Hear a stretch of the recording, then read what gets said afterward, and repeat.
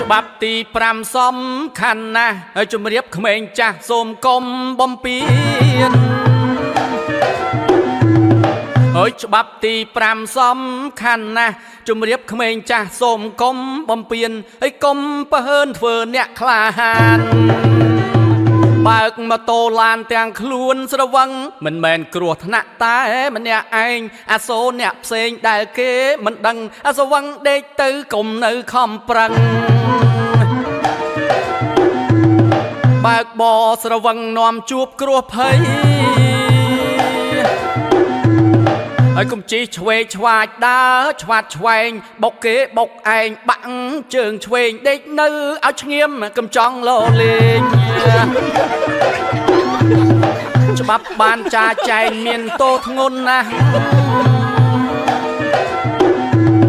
អូជាចុងក្រោយខ្ញុំសូមអភ័យបើមានពាក្យអីច្រៀងលើសលួសសូមកុំប្រកាន់អង្គដំណើរទោសសូមមិត្តស្រីប្រុសបានសុខសប្បាយ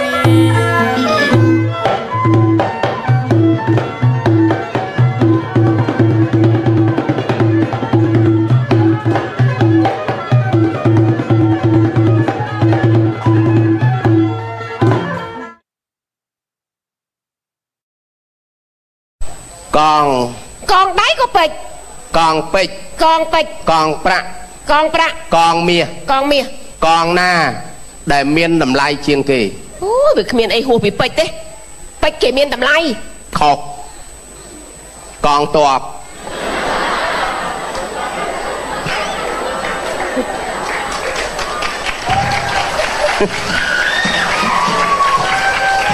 មានតម្លៃណាស់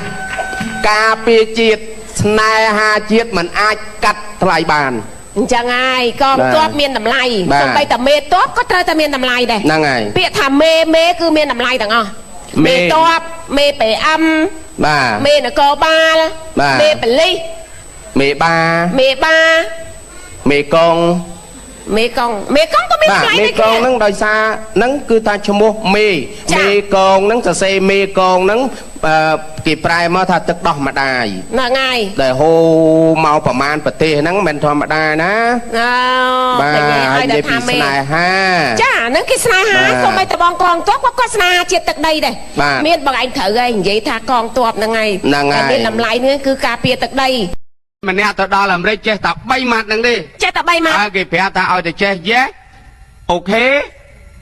yes no អូខេចេះ3ម៉ាត់ហ្នឹងប្រើប្រាស់បានហើយទៅលាបថ្នាំផ្ទះគេ